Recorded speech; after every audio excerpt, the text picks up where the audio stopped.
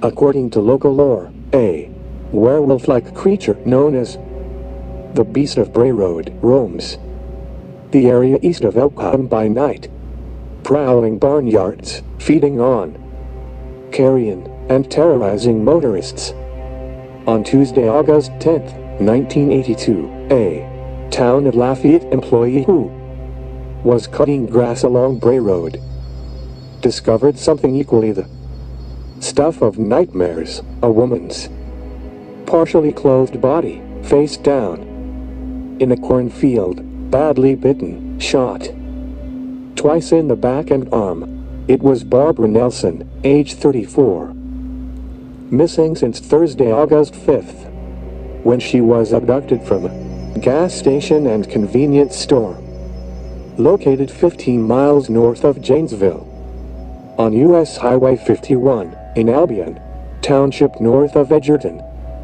Nelson disappeared from the store located across the highway from the Edgerton Oasis truck stop near the I-39 liters 90 exit ramp sometime between 5:40 p.m. and 6 p.m. Nelson, who usually only worked weekends at the store, was filling in for Debbie Court, who owned the store with her husband, Carl Court. Just before 5:30 p.m., Debbie Court stopped by the store, where she emptied $1,000 from the safe and gave Nelson her paycheck. Court also told Nelson she and her husband planned to close the store at the end of September. It was bad news for Nelson. She had been laid off from the General's Motor plant in Janesville earlier that year, and her husband, with whom she had a 3-year-old daughter, had recently been laid off from the Monterey Mills plant, also in Janesville. A girl who stopped by the store about 5:30 p.m. saw an older dark blue or green step-side pickup parked at the store. The girl also saw a man inside the store acting strangely. The man was in his 20s and clean-shaven and had shoulder-length hair.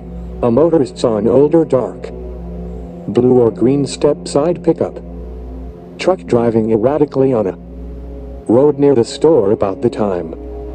These original police sketches depicting the suspects were believed to have looked like a 1982 when the murder occurred. Nelson disappeared inside the truck on the passenger side, said the motorist was a man matching the description of the man the girl saw in the store. The motorist described the driver as an unshaven man in his 20s with collar-length hair, and said a woman resembling Barbara Nelson was sitting between the two men. The police were summoned after a delivery driver found the store empty about 6 p.m. and called the courts. When the police arrived, they discovered $355 missing from the cash register. Nelson's purse was on the counter with her paycheck inside, and her car was outside in the parking lot.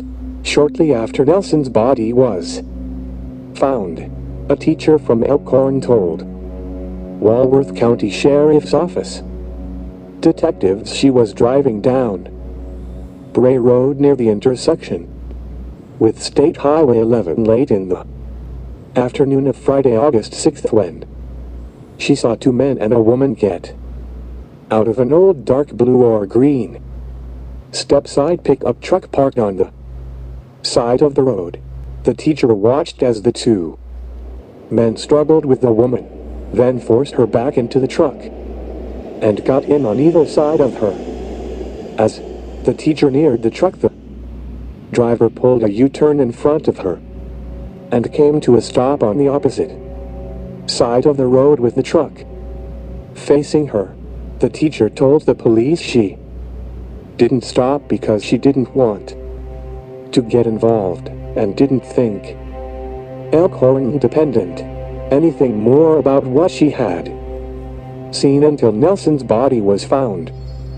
4 days later, the teacher was the last person to see Nelson alive. Moments after the teacher drove past, Nelson, probably running away from her captors, was shot with a .25 caliber pistol and left to die on the edge of the cornfield.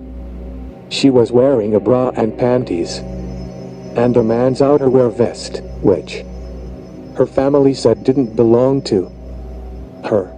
Near Nelson's body, the police found a bloody JCPenney brand t-shirt, possibly bleach-stained or tie-dyed.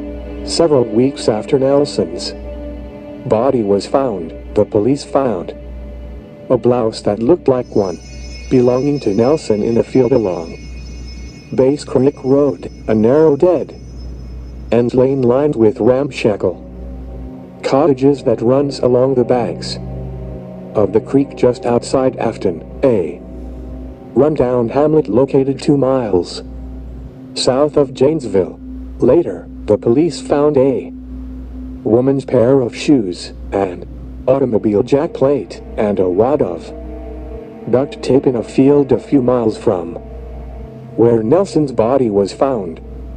The field was near the Alpine Valley Music Theater, where the Grateful Dead performed on August 7th and 8th.